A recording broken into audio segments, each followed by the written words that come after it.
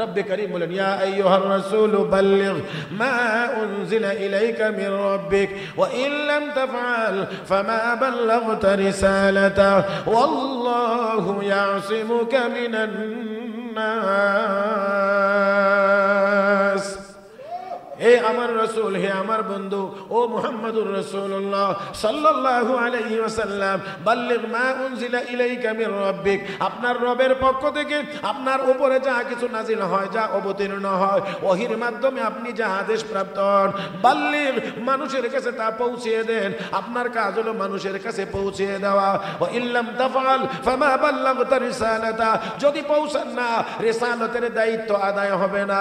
ও মুসলমান, আমার আপনার নবী দিনের বেলাও দাওয়াত দিয়েছেন, রাতের বেলাও দাওয়াত দিয়েছেন, একা মানুষকে দাওয়াত দিয়েছেন, জমায়েতের ভিতরে গিয়েও মানুষকে দাওয়াত দিয়েছেন, হাটে বাজারে গিয়ে আল্লাহর নবী কালেমার দাওয়াত দেওয়ার জন্য ঘোরাফেরা করেছেন। আল্লাহর হাবিব দাওয়াত দিতে গিয়ে নির্যাতিত হয়েছেন, নির্যাতিত হয়েছেন, কিন্তু আমার নবী রাহমাতুল লিল আলামিন থামেন নাই। রব্বে কারীম বলেন ইয়া আইয়ুহার রাসূল বাল্লিগ, হাবিব আপনি পৌঁছায় দেন, হাবিব আপনি পৌঁছায় দেন। আমার নবী পৌঁছাইতে গিয়েছেন। ও মুসলমান, সেজন্য বলছি যেখানেই নবী সুযোগ পেয়েছেন সেখানে গিয়ে কালেমার কথা বলেছেন। তোমরা বলো লা ইলাহা ইল্লাল্লাহ, লা ইলাহা ইল্লাল্লাহ, তোমরা বলো আল্লাহ এক, তোমরা বলো আল্লাহ এক, তোমরা বলো আল্লাহ এক। ও মুসলমান, আমি আবারও বলছি, আওয়াজ করে সবাই মিলে বলি আমার আপনার সকলের আল্লাহ,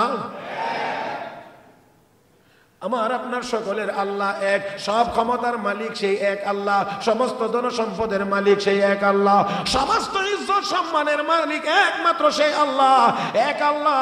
আমার বন্ধুরা, আমার আপনার হায়াত, আমার আপনার মওত, আমার আপনার যাবতীয় সবকিছুর মালিক একমাত্র সেই এক। নবী শুধু এই কালেমার দাওয়াত দিয়ে চলছেন, নবীর চলার পথে কাটা দেওয়া হয়েছে। রাহমাতুল লিল আলামিনের নামাজের সিজদার ভিতরে মাথার উপরে উটের ভুঁড়ি চাপিয়ে দেওয়া হয়েছে। আল্লাহর নবীকে পাগল বলা হয়েছে, আমার নবীকে পাগল পাগল বলা হয়েছে, তারপরেও আল্লাহর হাবিব এই কালেমার দাওয়াত থেকে ফিরেন না।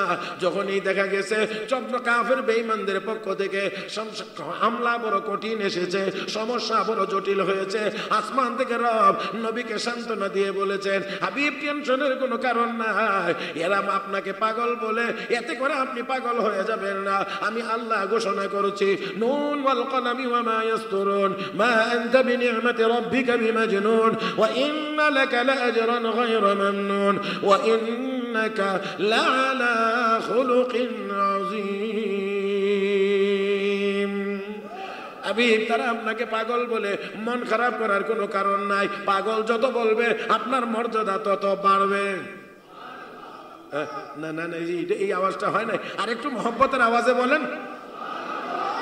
হাবিব আপনাকে তারা পাগল বলবে, যত বলবে আপনার মর্যাদা ততই বাড়বে। ওয়া ইন্না লাকা লাআজরান গায়রা মামনুন গায়রা মাকতু, আপনাকে তারা বলতে থাকবে আমি আল্লাহ বিরতিহীন ভাবে আপনাকে বিনিময় দিতে থাকবো। তাতে করে বোঝা যায় নেক কাজ করতে গেলে যদি তিরস্কারের সম্মুখীন হওয়া লাগে, বিভিন্ন ভাবে যদি ব্যাকল বুঝে না, আহমক এই জাতীয় শব্দ যদি প্রয়োগ হয়, তাহলে মনে করবেন আপনার আমলের সওয়াবও পাবেন আর এই তিরস্কার সহ্য করার সওয়াবও পাবেন। ونعوذ بالله من شرور أنفسنا ومن سيئات أعمالنا من يهده الله فلا مضل له ومن يضلله فلا هادي له ونشهد أن لا إله إلا الله وحده ومولانا محمدا عبده ورسوله الذي أرسله بالحق بشيرا ونذيرا وداعيا إلى الله بإذنه وسراجا منيرا صلى الله تعالى عليه وعلى آله وأصحابه وبارك وسلم تسليما كثيرا. أما بعد فأعوذ بالله من الشيطان الرجيم. بسم الله الرحمن الرحيم. يا أيها الرسول بلغ ما أنزل إليك من ربك وإن لم تفعل فما بلغت رسالته والله يعصمك من الناس آمنت بالله صدق الله مولانا العظيم وصدق رسوله النبي الأمي الكريم ونحن على ذلك لمن الشاهدين والشاكرين والحمد لله رب العالمين اللهم صل على محمد وعلى آل محمد كما صليت على إبراهيم وعلى آل إبراهيم إنك حميد مجيد اللهم بارك على محمد وعلى آل محمد كما باركت على إبراهيم وعلى آل إبراهيم إنك حميد مجيد محترم মুসল্লিয়ান کرام আল্লাহ রাব্বুল আলামিনের দরবারে শুকরিয়া আদায় করছি যিনি আমাদেরকে পবিত্র জুমার দিনে জুমার নামাজ আদায়ের উদ্দেশ্যে মসজিদে আসার বসার তৌফিক দান করেছেন মহব্বতের সাথে বলি আলহামদুলিল্লাহ আল্লাহ রাব্বুল আলামিন সমস্ত মানুষগুলোর রূহ একসাথে তৈরি করে একটি জায়গায় সমবেত করে জমা করে আল্লাহ রাব্বুল আলামিন প্রশ্ন করেছিলেন আলাস্তু বিরাব্বিকুম আমি কি তোমাদের রব নই আমি কি তোমাদের প্রভু নই ওই দিন আমরা সবাই একসাথে এক বাক্যে বলেছিলাম বালা হ্যাঁ আপনি আমাদের রব আপনি আমাদের রব আপনি আমাদের প্রভু এই কথার স্বীকৃতি দিয়ে আমরা দুনিয়াতে আগমন করেছি ক্রমান্বয়ে দুনিয়াতে মানুষ এসেছে কিন্তু দুনিয়ায় আসার পরে মানুষ দুনিয়ার চাকচিক্যের পিছনে পড়ে সেই রবের কথা ভুলে গিয়েছে কিছু মানুষ আছে যারা রবকে রব স্বীকার করতেই রাজি না আল্লাহ রাব্বুল আলামিনকে রব বলে স্বীকারই করে না আর কিছু মানুষ আছে রবকে রব বলে স্বীকার করি কিন্তু তার হুকুম পুরাপুরি মানি না যারা রবকে রব বলে স্বীকারই করে না কোরআনের ভাষায় তারা কাফের তারা মুশরিক আর এমন ব্যক্তিরা কখনোই আল্লাহর জান্নাতে প্রবেশ করতে পারবে না তো এই মানুষগুলো দুনিয়াতে আসার পরে সেই রবের কথা ভুলে গিয়ে আল্লাহর কথা ভুলে গিয়ে গায়রুল্লাহর পূজা যখন শুরু করেছে রব্বে করিম এই মানুষগুলোকে সেই রবের কথা স্মরণ করিয়ে দেওয়ার জন্যে সেই রবের পথে আহ্বান করার জন্যে আল্লাহ রাব্বুল আলামিন লক্ষাধিক নবী রাসূল দুনিয়াতে প্রেরণ করেছেন নবী রাসূলগণ শরীয়তের বিভিন্ন হুকুম হাকামের দিক থেকে তাদের এক একজনের শরীয়তে এক এক রকমের হুকুম ছিল কিন্তু মৌলিক যেই কাজটা পয়গম্বরগণ করেছেন সেটা হলো সকল পয়গম্বর এক কালেমার দাওয়াত দিয়েছেন লা ইলাহা ইল্লাল্লাহ আল্লাহ ছাড়া আর কোনো মাবুদ এই জন্য কালেমার এই অংশ সকল নবীদের বেলায় এক লা ইলাহা ইল্লাল্লাহ আদম সফিউল্লাহ নূহ নবিয়ুল্লাহ ইব্রাহিম খলিলুল্লাহ মুসা কালিমুল্লাহ ঈসা রূহুল্লাহ সর্বশেষ মুহাম্মাদুর সকল নবীদের দাওয়াতের মিশন দাওয়াতের বিষয়বস্তু একটা ছিল সেটা হলো আল্লাহ এক আল্লাহ অদ্বিতীয় আল্লাহর সাথে কারো কোনো শরীক আদম নবী যেমন এক আল্লাহর কথা বলেছেন সমস্ত পয়গম্বরগণ এক আল্লাহর কথা বলেছেন মুহাম্মদুর রাসূলুল্লাহ সাল্লাল্লাহু আলাইহি ওয়াসাল্লাম তিনিও এক আল্লাহর কথা বলেছেন মানুষ এক আল্লাহকে ভুলে গিয়ে বহু খোদাকে মাবুদ মনে করে তাদের সামনে মাথা নত করা শুরু করে দিয়েছে। আল্লাহ রাব্বুল আলামিন নবীদেরকে পাঠাইছেন, অথচ এই সবক আমাদের কাছ থেকে আগেই নেওয়া হয়েছে, আমাদেরকে এই সবক পড়ানো হয়েছে, শিখাইয়া দেওয়া হয়েছে।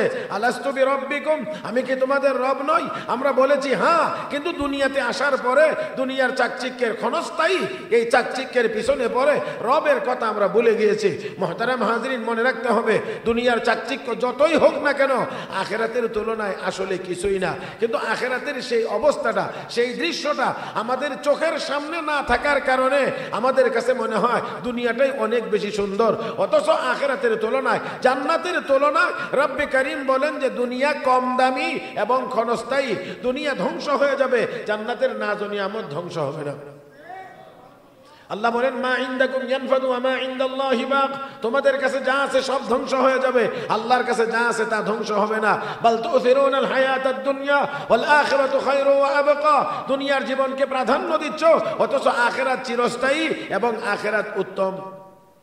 আখিরাতের নাজ ও নিয়ামত দামি, দুনিয়ার নাজ ও নিয়ামত কম দামি। দুনিয়ার নাজ ও নিয়ামত ক্ষণস্থায়ী, আখিরাতের নিয়ামত চিরস্থায়ী। এই জন্য রব্বে করিম কোরআনের আয়াতে আমাদেরকে জানায়া দিয়েছেন, ইন্নাল্লাযীনা আমানু ওয়া আমিলুস সালিহাত কানাত লাহুম জান্নাতুল ফিরদাউসি নুজুলা খালিদিনা ফিহা লা ইয়াবগুনা আনহা হিওয়ালা ওয়া বাশশিরিল লাযীনা আমানু ওয়া আমিলুস সালিহাত আন্না লাহুম জান্নাতিন তাজরি মিন তাহতিহাল আনহার কুল্লামা رزقوا منها من ثمرة رزقا قالوا هذا الذي رزقنا من قبل وأتوا به متشابها ولهم فيها أزواج مطهرة وهم فيها خالدون।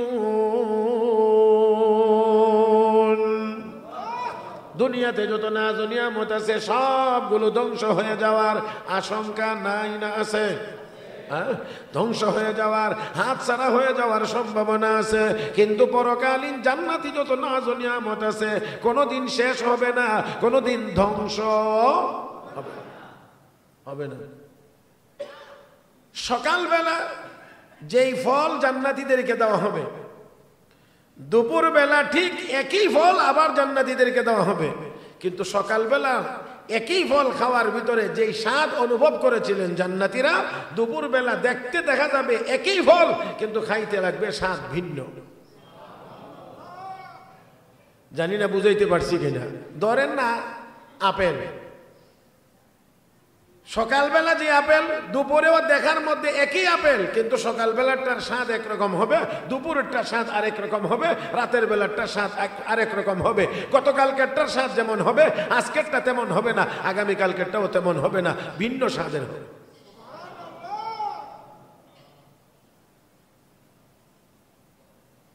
তারপরে জান্নাতের নাজ ও নিয়ামত, তার স্বাদ কখনোই শেষ হবে না। হযরত জুনায়েদ বাগদাদীকে প্রশ্ন করা হয়েছিল যে সবসময় উন্নত মানের খাবার জান্নাতের ভিতরে খাবে, এই উন্নত মানের খাবার সবসময় কেমন করে স্বাদ লাগবে? আমরা তো দুনিয়াতে দেখি যত উন্নত মানের খাবারই হোক কয়েকদিন খাওয়ার পরে রুচির পরিবর্তনের জন্য হইলেও একটু ভিন্ন খাবারের দরকার হয়। কিন্তু জান্নাতের ভিতরে তুই কম দামি খাবার টাবার নাই। অনেকদিন মাছ গোস্ত খাওয়ার পরে অনেক সময় অনেকের চাহিদা হয় একটু শুটকি খাইলে ভালো হয়, একটু ভর্তা হইলে ভালো হয়, একটু এই হইলে ভালো হয়, একটু ওই হইলে ভালো হয়। তো জান্নাতের ভিতরে নিম্নমানের কোনো খাবারের ব্যবস্থা নাই, কারণ জান্নাত নিম্নমানের জায়গাই না। এখানে নিম্নমানের কোনো জিনিস কয় না, নিম্নমানের কোনো জিনিস। জান্নাতের একটা ইট স্বর্ণের, একটা ইট রূপার, গাঁথনি হবে মতির, আর প্লাস্টার হবে মেশকো জাফরানের। তো এখানে তো কম দামি কোনো জিনিস, নিম্নমানের কোনো জিনিস নাই। তো এই উন্নত মানের খাবার সব সময় কেমন করে ভালো লাগবে? হযরত জুনায়েদ বাগদাদী জবাব দিয়ে বলেন, আল্লাহ কোরআন শরীফ একটা সূরা নাজিল করেছেন, সূরাতুল ফাতিহা। এটা 1000 বছর যাবত মানুষ তেলাওয়াত করতেছে, হাজার হাজার বার তেলাওয়াত করতেছে, কোটি কোটি বার তেলাওয়াত করতেছে, কিন্তু সূরা ফাতিহার মজা শেষ হয়েছে। হ্যাঁ, কি কোন আপনারা? সূরা ফাতিহার তেলাওয়াতের স্বাদ আর শেষ তো পরের কথা কমছে নি একটু? কমেও নাই, যেমন ছিল তেমনই আছে। বরঞ্চ বলা যায় কেউ যদি বেশি তেলাওয়াত করে তাহলে তার স্বাদের পরিমাণ, মজার পরিমাণ বেশি। তো হাজার বছর যাবত হাজার লক্ষ লক্ষ কোটি কোটি মানুষ এই সূরা ফাতিহার তিলাওয়াত কোটি বার করেছেন, তারপরেও এই সূরা ফাতিহার তিলাওয়াতের মজা যেহেতু শেষ হয় না, তাহলে রব্বে করিম জান্নাতের ভিতরে নাজ নিয়ামত এমন স্বাদ দিয়েই তৈরি করবেন, হাজার লক্ষ লক্ষ বছর জান্নাতীরা ভোগ করবে, কিন্তু মজা কখনোই শেষ হবে না।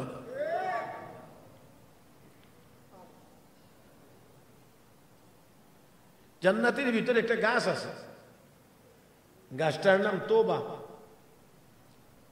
সাজারায়ে তোবা।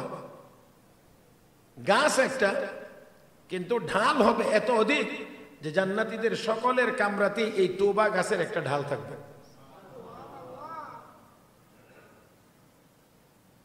তো এই ব্যাপারেও হযরত জুনায়েদ বাগদাদীকে জিজ্ঞেস করা হয়েছে, একটা গাছ, এটার এত শাখা প্রশাখা, এত ঢাল কেমনে হবে যে সব রুমেই এই গাছের একটা ঢাল থাকবে, জান্নাতীরা এই গাছের ফল খাবে, এটা কেমন করে? বাস্তব একটি উদাহরণ দাও। হযরত জুনায়েদ বাগদাদী রাহমাতুল্লাহ আলাইহি বলেন, আকাশে সূর্য উদয় হয় কয়টা? হ্যাঁ, একটা সূর্যের আলো একটার ঘরের একটা রুমের ভিতরেই তো যায়।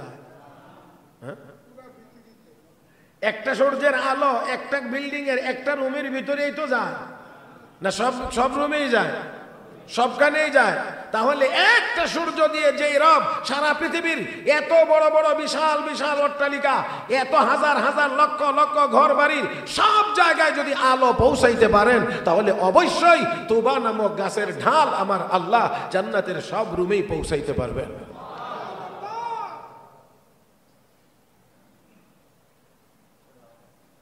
জান্নাতীরা খাবে, কোনো বাথরুম নেই, ওয়াশরুম, টয়লেট নেই। এটা কেমনে? দিনের পর দিন খাবে, রাতের পর রাত খাবে, সপ্তাহের পর সপ্তাহ খাবে, মাসের পর মাস খাবে, বছরের পর বছর খাবে, ওয়াশরুম লাগবে না? এটা কেমন কথা? এটা কেমনে? হযরত জুনায়েদ বাগদাদী রাহমাতুল্লাহি আলাইহি তিনি জবাব দিয়ে বলেন, মায়ের পেটে বাচ্চা খাওয়া দাওয়া করেনি না করে না? হ্যাঁ, দুনিয়াতে আসার পরে কম করে, আর মায়ের পেটের ভিতরে বাচ্চা 24 ঘন্টা 24 ঘন্টা আমার আল্লাহ খাদ্য সরবরাহ করেন। ও মুসলমান, হযরত জুনায়েদ বাগদাদী বলেন, মায়ের পেটে যদি এতদিন পর্যন্ত আমার আল্লাহ খাওয়াইলেন, কিন্তু তার যদি ওয়াশরুমের প্রয়োজন হলো না, প্রয়োজন ব্যতি রেখে মায়ের পেটের একটি নির্দিষ্ট জায়গায় একটা সন্তানকে যদি আল্লাহ খাওয়াইয়া রাখতে পারেন, ওয়াশরুমের প্রয়োজন হয় না, তাহলে সেই আল্লাহ জান্নাতের ভিতরেও লক্ষ লক্ষ বছর পর্যন্ত জান্নাতীদেরকে খাওয়াইবেন, কিন্তু ওয়াশরুমের কোনো প্রয়োজন হবে না।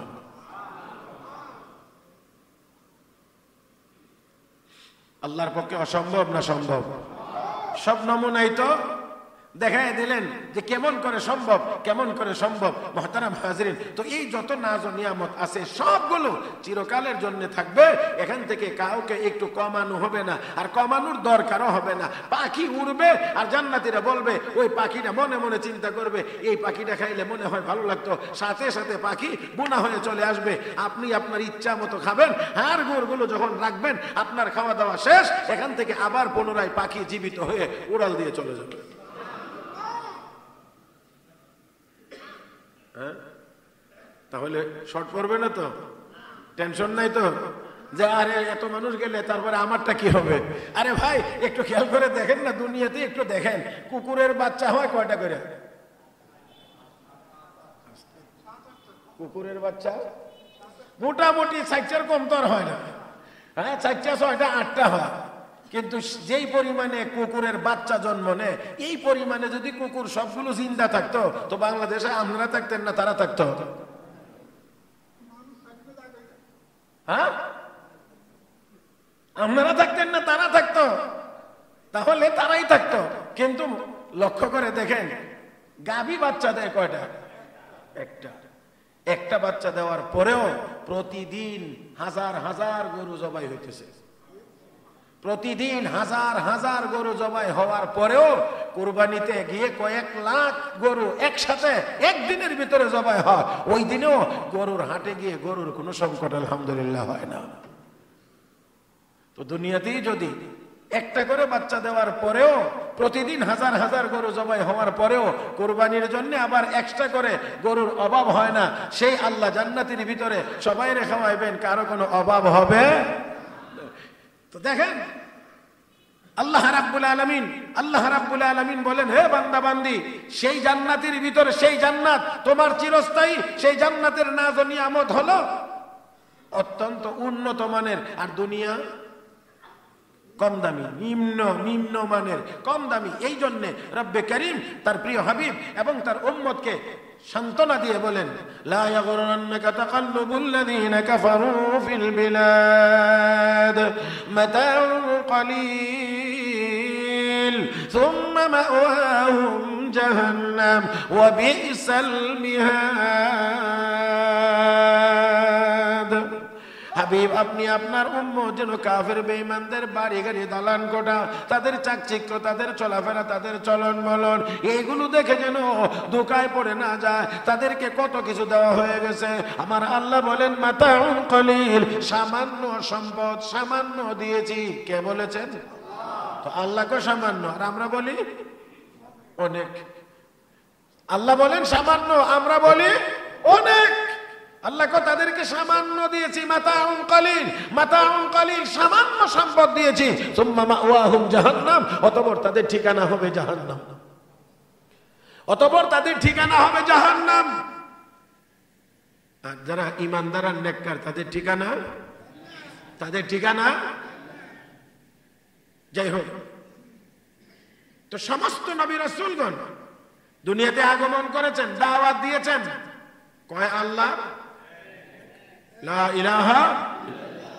সব নবীদের এই কথা ছিল, মৌলিক কথা। দুনিয়ার মানুষ তোমরা বলো আল্লাহ এক, বলো আল্লাহ এক, অথচ আল্লাহ যে এক, আল্লাহ যে আমাদের রব, এই কথার স্বীকৃতি কিন্তু আমরা দিয়ে আসছি। কিন্তু দুনিয়ার এই নগদ চাকচিক্যের পিছনে পড়ে যাওয়ার কারণে আমরা দুনিয়ার পিছনে পড়ে সেই রবকে বলে গিয়েছি। জান্নাত আমাদের একেবারে চোখের সামনে না থাকার কারণে আমরা মনে করছি দুনিয়াটাই বুঝি অনেক দামি, অনেক দামি, অনেক বড়, অনেক বড়, যার কারণে অনেকেই বলে দুনিয়াটা মস্ত বড়। খাও দাও, আগামীকাল বাঁচবে কিনা, দুনিয়াটা মস্ত বড়। আমরা আমাদের মায়ের পেটে একটি নির্দিষ্ট জায়গায়, একটি নির্দিষ্ট বাউন্ডারির ভিতরে আমরা ছিলাম। দুনিয়াতে আসার সময় যখন ঘনিয়ে আসছিল, তখন ফেরেশতা এসে আমাদেরকে বলতো, একটি বিশাল জগতে তুমি যাইবা, আর বেশি সময় এখানে থাকতে পারবা না, একটি বিশাল জগতে গিয়ে তুমি প্রবেশ করবা। তখন আমরা আশ্চর্য হয়ে বলতাম, বলেন কি, এই জ্ঞানের চাইতেও কি আরো বড় জগৎ আছে?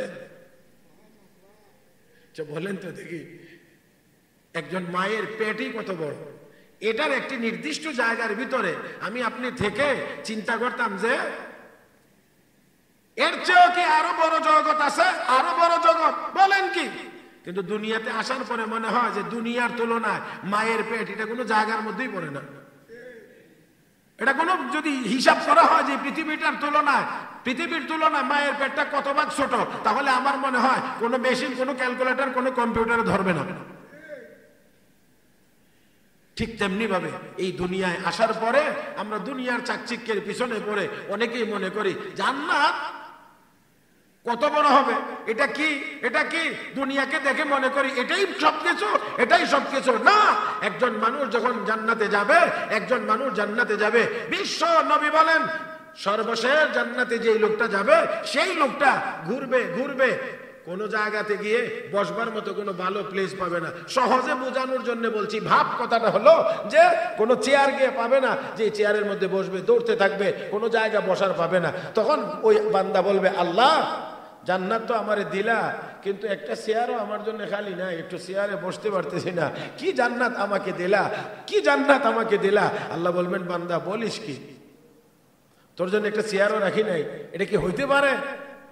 আপনাদের কি মনে হয় চেয়ার থাকবে নাকি থাকবে না? হ্যাঁ, এই কাঠের, হ্যাঁ কাঠের না, চেয়ার থাকবে, এটা থাকবে স্বর্ণের।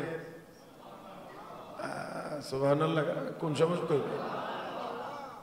আলা সুরুরিন মাওদুনাতিন মুত্তাকিয়িনা আলাইহা মুতাকাবিলিন ইয়াতুফু আলাইহিম উইলদানুম মুখাল্লাদুন বিআকওয়াবিন ওয়া আবারিক ওয়া কাসিন মিন মাঈন لا يصدعون عنها ولا ينزفون وفاكهة مما يتخيرون ولحم طير مما يشتهون وحور عين كأمثال اللؤلؤ المكنون جزاء بما كانوا يعملون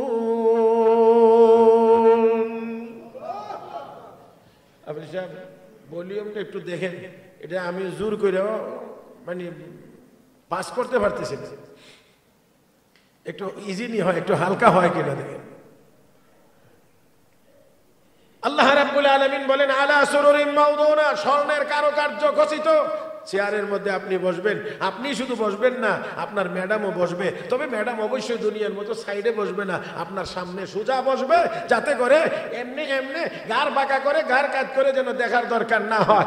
একদম সোজা গল্প গুজব করতে থাকবেন। বিশ্ব নবী রাহমাতুল লিল আলামিন বলেন আপনি আর আপনার স্ত্রী ওই স্বর্ণের কারুকার্য খচিত সোফায় বসে বসে খুশ গল্প করবেন। মাঝে মাঝে একটু খাওয়া দাওয়া না হইলে এই গল্পটাও আবার জমবে না। এই জন্য আমার নবী বলেন সর্বনিম্ন জান্নাতের জন্য আমি আল্লাহ ৮০,০০০ খাদেম দিয়ে রাখবো। কতজন? মাত্র ৮০,০০০ খাদেম ইয়াতুফু।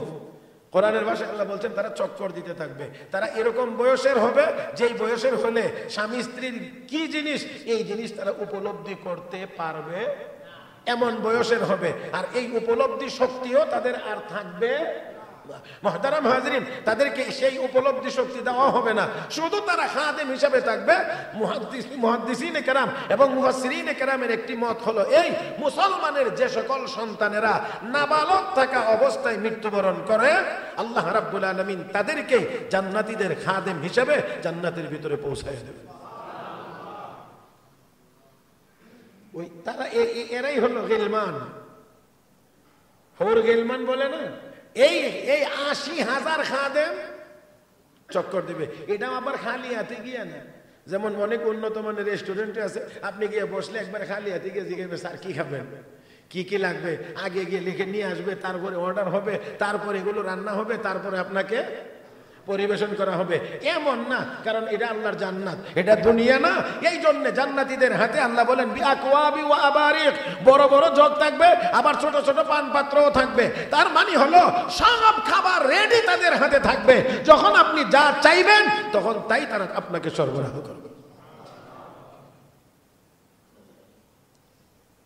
এজন্য হাদিসে কুদসিতে আল্লাহ রাব্বুল আলামিন নিজে ঘোষণা করেছেন আ'দাতু লিইবাদিয়াস সালিহিন মা লা আইনুন রাআত, মা লা আইনুন রাআত, এমন নিয়ামত রেখেছি যা দুনিয়ার চোখ দেখে নাই, ওয়ালা উযুনুন সামিআত, দুনিয়ার কোনো কান এই নিয়ামতের বিবরণ শুনে নাই, ওয়ালা খাতারা আলা কলবি বাশার, কেমন হবে এই নাজ নিয়ামত আদম সন্তানের হৃদয় দিয়ে কল্পনাও কোনোদিন করতে পারবে না।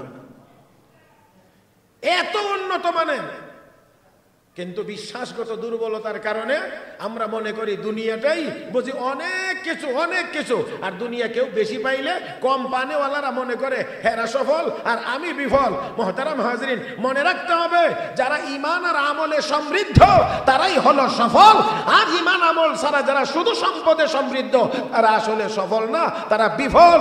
যতটুকু দেখা যায় এটা হলো স্বপ্নের মতো, সফল না স্বপন। স্বপ্নের মজা কতক্ষণ?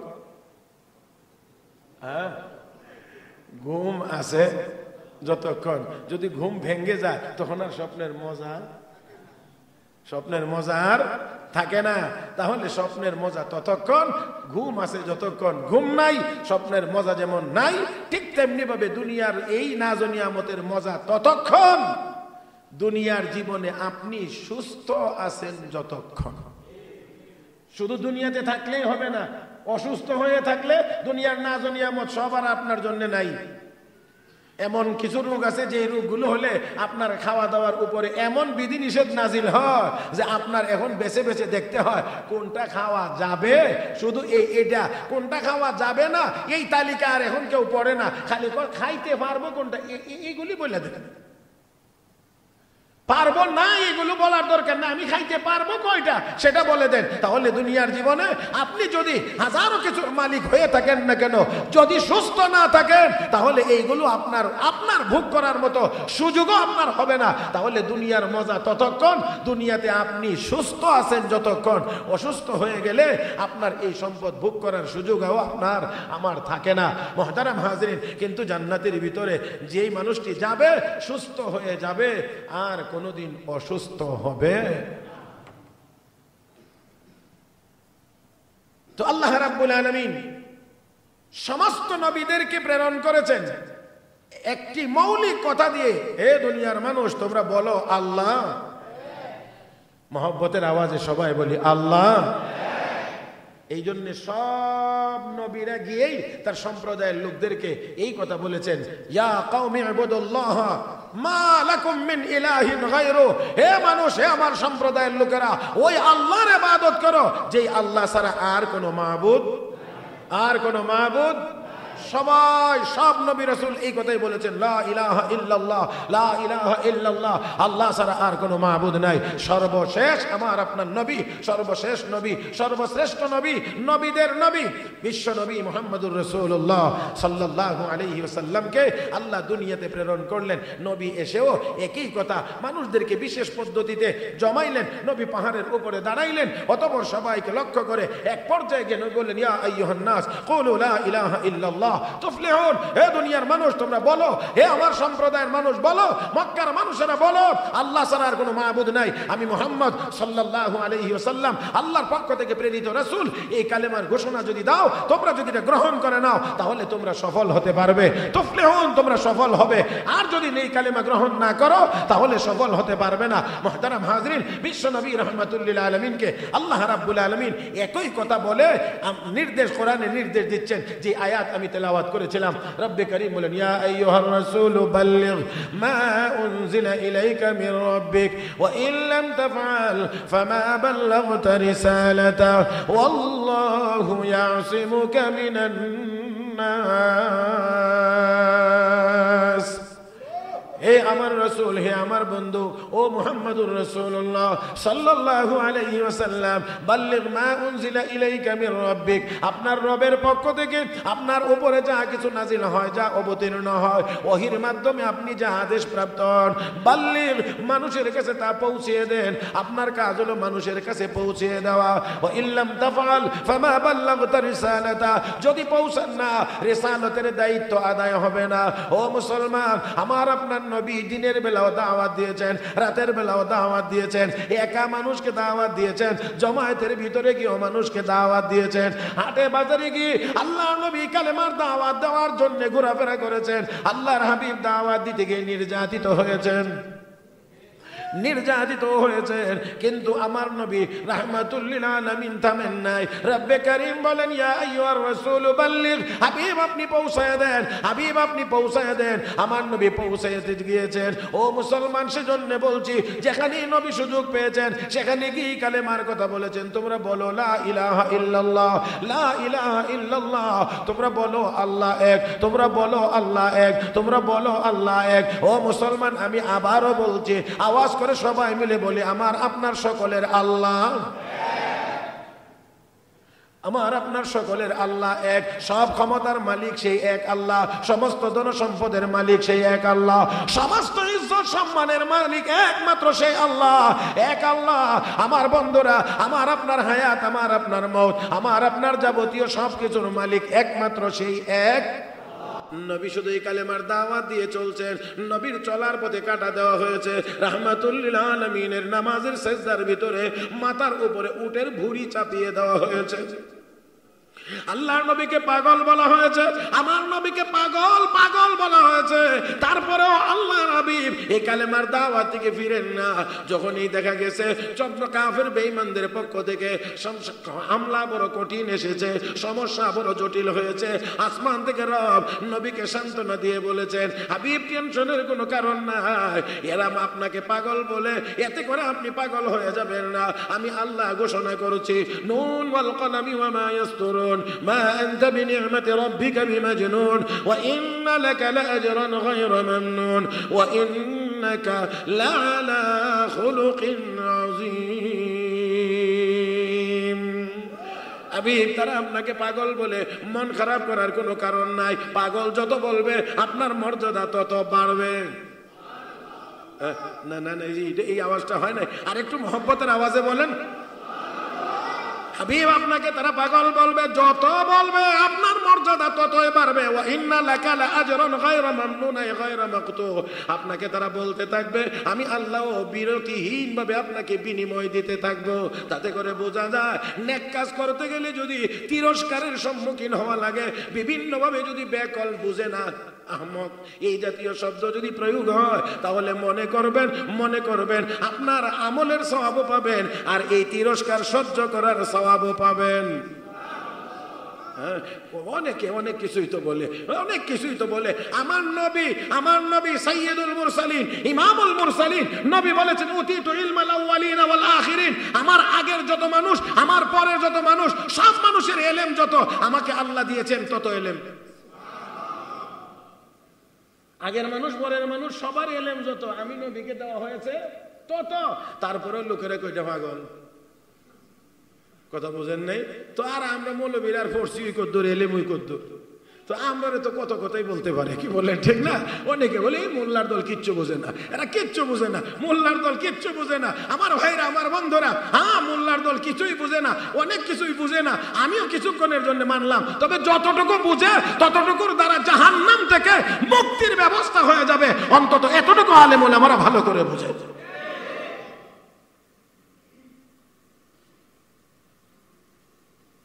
রাসূল করিম সাল্লাল্লাহু আলাইহি ওয়াসাল্লাম এই কালেমার দাওয়াত নিয়ে ঘোরাফেরা করেছেন। আল্লাহ নির্দেশ হলো, হাবিব আপনি এই দাওয়াত দিতে থাকেন। না, নবীর কাজ হলো দাওয়াত দেওয়া, আওয়াজটা পৌঁছায় দেওয়া। এই জন্যে নবী যখন আবার বেশি পেরেশান হয়ে যেতেন, এমন করে দৌড়াদৌড়ি করে কালেমার দাওয়াত দিচ্ছি, এইভাবে করে গুরুত্ব সহকারে গিয়ে দাওয়াত দিচ্ছি, এত কষ্ট করে দিচ্ছি, মানুষ কালেমা গ্রহণ করছে না। নবীর অনেক সময় পেরেশান হয়ে যেতেন, তখন আল্লাহ আবার বলতেন, হাবিব এত আবার বেশি পেরেশান হওয়ার দরকার নাই। ফালা আল্লাকা বাখিউন নাফসাকা আলা আসারিহিম ইল্লাম ইউমিনু বিহাদাল হাদিসি আসাফা। এই কালেমা তারা গ্রহণ করে না, এজন্য আক্ষেপ আফসোস করে আপনি আপনার জীবনটাকে ধ্বংস করে দিবেন না। আপনি এই জন্য আপনাকে পাঠাই নাই, লাস্তা আলাইহিম বিমুসাইতির। হাবিব আমি আল্লাহ আপনাকে দারোগা বানায়া পাঠাই নাই যে আপনি লাঠি পেটা করে তাদেরকে ঈমান গ্রহণ করাইতেই হবে। ফাযাক্কির ইন্নামা আনতা মুযাক্কির। আপনি নসিহত করতে থাকেন, আপনার কাজ হলো নসিহত করা। গ্রহণ করবে কি করবে না এটা নিয়ে আপনার টেনশন নাই। এজন্য আল্লাহ রাব্বুল আলামিন অন্য আয়াতে বলেছেন, ওয়া মা আলার রাসূলি ইল্লাল বালাগ। নবীদের কাজ হলো পৌঁছায়া দেওয়া। তাহলে আলেম ওলামাদের কাজও হলো হক কথা জাতির কানে পৌঁছায়া দেওয়া। মানবেন কি মানবেন না সেটা যার যার সিদ্ধান্ত। এই জন্য এই দেশের ওলামায়ে কেরাম দিনরাত পরিশ্রম করে যাতে সঠিক কথাগুলো জাতির সামনে পেশ করতে পারেন, তাদের কানে যেন পৌঁছাইতে পারেন। পৌঁছানোর পরে সিদ্ধান্ত আপনি নেবেন। আপনি কি কোনো নাস্তিকের সাথে সম্পর্ক রাখবেন না কোনো আল্লাহ ওয়ালার সাথে সম্পর্ক রাখবেন, সিদ্ধান্ত তো আপনি নেবেন। তবে ওলামায়ে কেরাম এই কথা বলে দিয়েছেন, বিশ্ব নবী বলেছেন আল মারউ মা মান আহাব। যে যাকে ভালোবাসবে তার সাথে তার হাসর হবে। বুঝাইতে পারি নাই? নবী নামাজের পরে মসজিদের নববীর আঙ্গিনায় বসে আছেন, এমন এক সাহাবী এসে বলছেন, মাতা সাআতু ইয়া রাসূলুল্লাহ, হুজুর কিয়ামত কখন হবে? নবী উত্তর দেন না। আবার গিয়ে জিজ্ঞেস করেন, মাতা সাআতু ইয়া রাসূলুল্লাহ, ও নবী কিয়ামত কখন হবে? নবী তখনও কোনো উত্তর দিলেন না। সাহাবী আবার গিয়ে প্রশ্ন করছেন, মাতা সাআতু ইয়া রাসূলুল্লাহ, নবী কিয়ামত কখন হবে? নবী এখন উত্তর না দিয়ে তাকে পাল্টা জিজ্ঞেস করেন, মা আদাত্তা লাহা। সাহাবী কিয়ামত করতে আসো, কিয়ামতের জন্য তোমার প্রিপারেশন কি, প্রস্তুতি কি? বলেন, সাহাবী গেছেন জানার জন্য কিয়ামত কখন হবে। এর জন্য তো এই জন্য তো সাহাবী প্রস্তুত ছিলেন না যে পাল্টা প্রশ্ন আমাকে করা হবে। নবী পাল্টা প্রশ্ন করলেন, মা দাত্তালাহা, কি প্রিপারেশন তোমার, কি প্রস্তুতি আছে তোমার কিয়ামতের জন্য। সাহাবী কিছুটা থমকে দাঁড়াইলেন। এর মধ্যে কিছুক্ষণের মধ্যে নিজেকে আবার সামলিয়ে নিয়ে সাহাবী নবীকে বলছেন, ইয়া রাসূলুল্লাহ, আমার না বেশি নামাজ আছে না বেশি রোজা আছে, এক কথা আমলের মাধ্যমে কিয়ামতের প্রস্তুতি আমার একেবারেই নগণ্য, তবে আমার একটা সম্বল আছে। বলে কি? ইন্নী উহিব্বুল্লাহ ওয়া রাসূলা, আমি আল্লাহ এবং আল্লাহর রাসূলকে ভালোবাসি। কাকে ভালোবাসবেন নিজে সিদ্ধান্ত নেবেন। সাহাবী বলেন, আমার একটা সম্বল, ইন্নী উহিব্বুল্লাহ ওয়া রাসূলা, আমি আল্লাহ এবং আল্লাহর রাসূলকে ভালোবাসি। আল্লাহর নবী তখন সাথে সাথে জবাব বলেন, আল মারউ মা মান আহাব্বা। সাহাবী শুনে রাখো, দুনিয়াতে যার সাথে যার মহব্বত তার সাথে তার কিয়ামত, যার সাথে যার মহব্বত তার সাথে তার কিয়ামত। এখন এই কথা শোনার পরে আপনি কাকে ভালোবাসবেন, কাকে মহব্বত করবেন আর কাকে করবেন না, এটা তো একান্তই আপনার দায়িত্ব, এটা আপনার দায়িত্ব। মুহতারাম হাজিরিন, আল্লাহ রাব্বুল আলামিন তার প্রিয় নবীকে বলেন, ইয়া আইয়ুহার রাসূল বাল্লিগ মা উনজিলা ইলাইকা মির রাব্বিক, আপনার রবের পক্ষ থেকে যা কিছু নাজিল হয় আপনি তা পৌঁছায় দেন। পৌঁছান না যদি, তাহলে দায়িত্ব আদায় হবে না। আর আল্লাহ শেষের অংশে বলেন, আল্লাহু ইয়াসিমুকা মিনান নাস। হাবিব, যত ঝড় ঝাপটা আসবে সবগুলো থেকে, এখানে কিছু ব্যথা যন্ত্রণা কষ্ট আল্লাহর নবী তো অবশ্যই করেছেন, কিন্তু নবীকে চিরতরে দুনিয়া থেকে বিদায় করে দেওয়ার যত ষড়যন্ত্র হয়েছে সবগুলো আমার আল্লাহ নস্যাৎ করে নবীকে আমার আল্লাহ হেফাজত করেছেন। বুঝতে হবে যে আমার নবীকে তারা মারবার হত্যার যত ষড়যন্ত্র করেছে কোনোটাতেই সফল হতে পারে নাই, কারণ আল্লাহ বলছেন, হাবিব, আল্লাহ আপনাকে হেফাজত করবেন, আল্লাহ আপনাকে হেফাজত করবেন। এখানে খুব ভালো করে খেয়াল করতে হবে। তার মানে হলো দ্বীনের পথে চললে, দ্বীনের পথে আহ্বান করলে, আল্লাহর পথে আহ্বান করলে, রাসূলের পথে আহ্বান করলে ঝড় ঝাপটা আসবে, তবে ধ্বংস হবে না। হইছে না? ঝড় ঝাপটা আসবে, ধ্বংস। আমরা যদি এখন খোলা চোখে দেখি তাহলে অবশ্যই দেখব পৃথিবীতে মুসলমানেরা নির্যাতিত। গাজাতে হাজার হাজার মানুষ অন্যায়ভাবে হত্যা করা হয়েছে। তারপরেও বলেন, যুগে যুগেই এই জালেমরা এমন করে মুসলমানদেরকে হত্যা করেছে, কিন্তু পৃথিবী মুসলমান শূন্য হয়েছে। তারা যত চেষ্টাই করুক না কেন, পৃথিবী মুসলমান আর ইসলাম শূন্য হবে না। যেদিন হবে সেদিন আর পৃথিবী থাকবে মুসলমান। এটা মনে রাখবেন, পৃথিবী কোনোদিন মুসলমান শূন্য হবে না, ইসলাম শূন্য হবে না। পৃথিবী একটা সময় এমন আসবে যেই সময়ে আর কোন ধর্মের একজন লোকও থাকবে না, একমাত্র মুসলমানেরাই থাকবে। যখন ইমাম মাহদী দুনিয়াতে আগমন করবেন তখন আর কোন ধর্মের লোক থাকবে না, একমাত্র মুসলমান থাকবে, একমাত্র ইসলাম ধর্মই থাকবে। সময় আমাকে আর অনুমতি দেয় না, তবে একটা কথা লম্বা, কিন্তু ছোট্ট করে শুধু এই কথাটা শোনায় দেই। ইসলাম বিজয়ী ধর্মের নাম। ইসলাম, আর একটু জোরে কান, ইসলাম পরাজিত ধর্মের নাম নয়, ইসলাম বিজয়ী ধর্মের নাম। আল ইসলামু ইয়ালু ওয়ালা ইউলা, ইসলাম বিজয়ী, ইসলাম পরাজিত হতে পারে না। মনে রাখবেন, কোন কোন ক্ষেত্রে মুসলমান ইমানি দুর্বলতার কারণে মুসলমান পরাজিত হতে পারে, কিন্তু ইসলাম কখনোই পরাজিত হতে পারে না। এই ইসলাম বিজয়ী ধর্ম, এই কথাটার তিনটা স্তর আছে, বিজয়ের তিনটা স্তর। এক নাম্বার, দলিল প্রমাণের ভিত্তিতে ইসলাম বিজয়ী ধর্ম। এটা নবীর জামানা থেকে নিয়ে কিয়ামত পর্যন্ত বহাল আছে।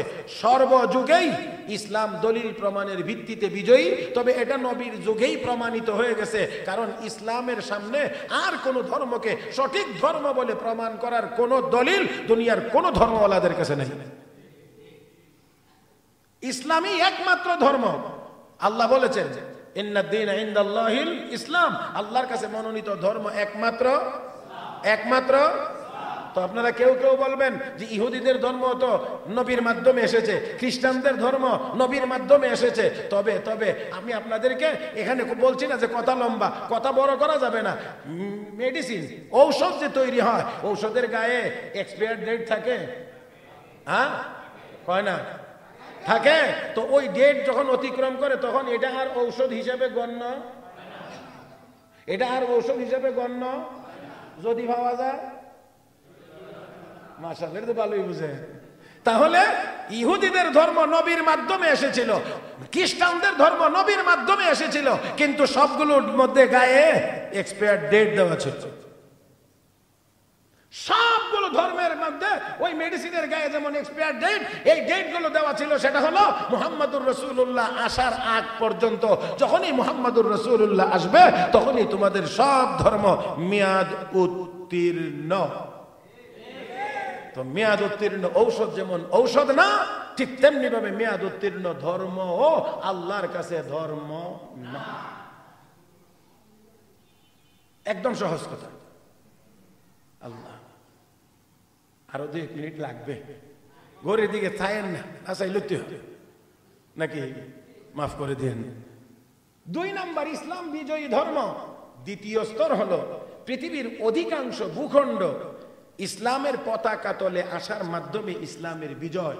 এই বিজয় খলিফাতুল মুসলিমিন হযরত ওমর রাদিয়াল্লাহু তাআলা আনহুর খেলাফতের সময়ে ইসলামের এই দ্বিতীয় স্তরের বিজয়ও সূচিত হয়ে গেছে। নাম্বার 3 ইসলাম বিজয়ী ধর্ম। আর এই বিজয়ের সর্বোচ্চ স্তর হলো যে এই ধর্মই একমাত্র পৃথিবীতে চলমান থাকবে, আর কোনো ধর্মই চলবে না, আর কোনো ধর্মের লোক থাকবে না। এই চূড়ান্ত বিজয় সূচিত হবে যখন ইমাম মাহদী দুনিয়াতে আগমন করবেন। তখন না ইহুদি থাকবে, না খ্রিস্টান থাকবে, না পৌত্তলিক থাকবে, না মূর্তি অগ্নি পূজারী থাকবে, কেউ থাকবে না। শুধু লা ইলাহা ইল্লাল্লাহ এই কালেমাওয়ালারাই থাকবে। আর একটু জোরে কান। শুধু কালেমাওয়ালারাই থাকবে, আর কেউ থাকবে। তাহলে পৃথিবী ইসলাম শূন্য হবে। হ্যাঁ, আবার যেই দিন গিয়ে শেষ হবে, সর্বশেষ কিয়ামতের আগে আল্লাহ একটা বাতাস চালু করে দিবেন। বাতাস পৃথিবীর এক প্রান্ত থেকে শুরু হবে, আর এক প্রান্তে গিয়ে শেষ হবে। এই বাতাসের কাজ হলো যত মুমিন আছে সব মুমিনের রূহ এই বাতাসের মধ্যেই। এই বাতাস লাগবে মুমিনের গায়ে, লাগা মাত্রই মুমিনের রূহ বের হয়ে চলে যাবে। এরপরে আর একজন মুমিনও পৃথিবীতে থাকবে না। তখন আল্লাহ ইসরাফিলকে বলবেন, ইসরাফিল এবার তুমি তোমার কাজ করো। ফায়াউমা ইযি ওয়াকাআতিল ওয়াকিয়া, সেদিন কিয়ামত সংঘটিত হবে। তাহলে বোঝা গেল মুমিনের উপরে কিয়ামত আসবে না, মুমিনের উপরে কিয়ামত অনুষ্ঠিত হবে না। লা তাকুমুস সাআ হাত্তা ইউকালা ফিল আরদি আল্লাহ আল্লাহ আল্লাহ আল্লাহ বলার মতো একজন মানুষ থাকবে, দুনিয়া ঠিক থাকবে, দুনিয়া কিয়ামত হবে। মুহতারাম হাজরিন, তাহলে সমস্ত নবীদেরকে দিয়ে যে কালেমার দাওয়াত আল্লাহ দিয়েছেন, এই কালেমা হলো এই পৃথিবীর রূহ বা আত্মা। কালেমা থাকবে তাহলে পৃথিবীর রূহ থাকবে, আত্মা থাকবে। মানব দেহের ভিতরে আত্মা আছে তো সারা পৃথিবী ঘুরে বেড়াইতে পারবেন, কিন্তু আত্মা নাই। এই পৃথিবীটা চলমান থাকার জন্য এটা রূহ হলো, এটা রূহ বা আত্মা হলো লা ইলাহা ইল্লাল্লাহ মুহাম্মাদুর রাসূলুল্লাহ। এই কালেমা চলবে তো হৃৎপিণ্ড কাজ করবে। হ্যাঁ, এই কালেমা থাকবে না তো আর এই দুনিয়া থাকবে না। মুহতারাম হাজরিন, যাই হোক, আসুন বাকি কথা, আরো কিছু কথা, সেগুলো ইনশাআল্লাহ সামনে বলার চেষ্টা করব। যতটুকু বলেছি তো আমরা যদি সেই আল্লাহকে আল্লাহ বলে বিশ্বাস করি আর আল্লাহর হুকুম মোতাবেক চলি, তাহলে দুনিয়াও আমাদের, পরকালও। আল্লাহ বলছেন আল্লাহ হেফাজত করবেন, এই কথাটাই বলা ছিল। এই বাকি কথাগুলো পরে বলবো। আল্লাহু ইয়াসিমুকা মিনান নাস, হাবিব আল্লাহ আপনাকে হেফাজত করবেন। তো হেফাজতই যদি করেন, তায়েফে মাইর খাইলেন কেমনে? হেফাজতই যদি করলেন তো দান শহীদ হইল কেমনে? এই কথাটাই আমাদেরকে একটু বুঝতে হবে যে আল্লাহ হেফাজতের যে ঘোষণাটা দিয়েছেন এটার বাস্তবায়নের ক্ষেত্রটা কোন জায়গা, আর আল্লাহর নবীর দানদানি বা শহীদ হইল কেন, তায়েফে রক্তই বা জ্বলল কেন?